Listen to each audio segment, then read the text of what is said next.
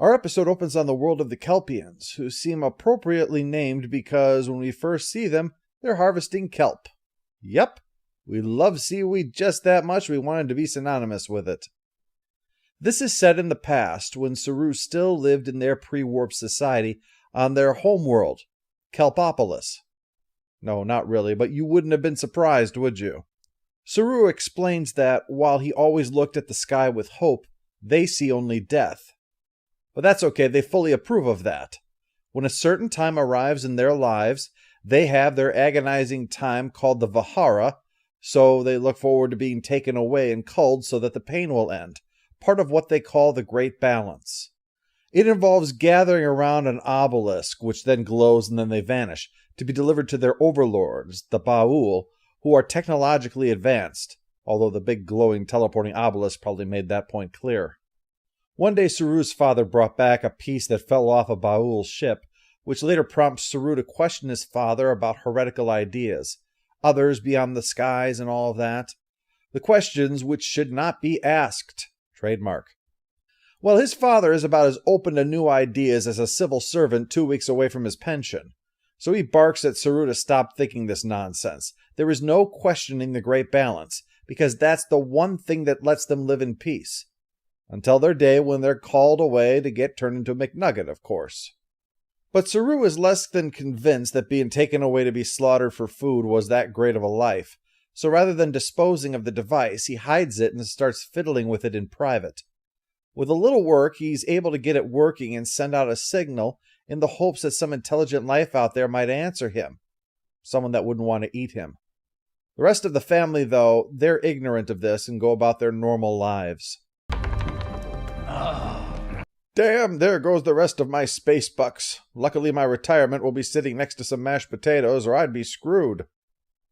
Saru waits patiently, though, until one day it finally picks up a message from space.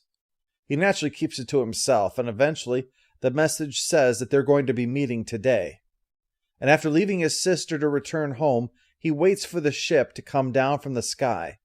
And the occupant is Philippa Georgiou. She says that they're all impressed that he had the ingenuity to repurpose this technology that is so far beyond that of his species. In fact, they've come specifically to see him and offer him a rare chance.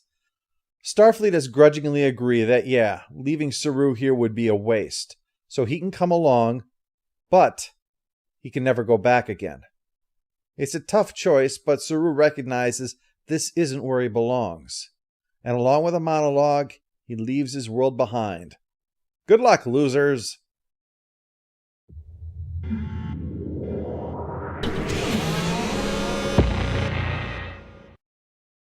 The Brightest star is good in every way except for being what it is. Let me clarify that. It is well acted, it is nicely written, the setting is gorgeous, the insight into Saru's background and the nature of this existence is great. The sight of Lieutenant Georgiou arriving to take him to the stars is wonderful. But all this as an episode of a program is somehow less than the sum of its parts. This is what would classically fit into an episode akin to Necessary Evil on Deep Space Nine. The past is presented in pieces within an issue that's in the present, serving much better than packaged together into 13 minutes of nothing else.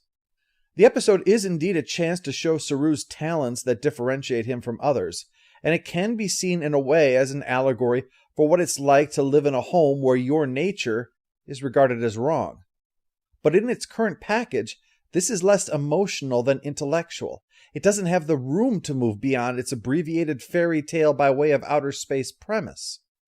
While the previous episode showed what could be done beyond the limitations of Discovery, this episode shows what happened when you take what should be in Discovery and turn it into a supplementary product.